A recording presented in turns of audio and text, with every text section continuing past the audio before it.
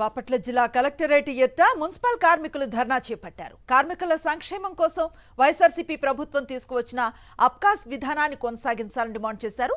279 జీవోను తీసుకువస్తే కార్మికులకు తీవ్ర నష్టం జరుగుతుందన్నారు. గతంలో ఈ జీవో వల్ల తాము ఎన్నో ఇబ్బందులు పడ్డామని ఆవేదన వ్యక్తం చేశారు. 279 జీవోను ఎట్టి పరిస్థితుల్లో అంగీకరించేది లేదన్నారు మున్సిపల్ కార్మికులు.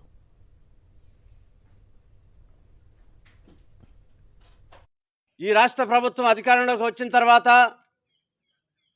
గతంలో ఉన్నటువంటి జగన్మోహన్ రెడ్డి ప్రభుత్వంలో ఉన్నటువంటి ఆబ్కాస్ విధానాన్ని రద్దు చేసి నూతనంగా ఏదైతే గతంలో ఉన్నటువంటి 279 జీవోని అమలు చేయాలని చెప్పేసి రాష్ట్ర మంత్రివర్గం తీర్మానం చేయటాన్ని ఏపీ మున్సిపల్ వర్కర్స్ యూనియన్ తీవ్రంగా ఖండిస్తూ ఉంది.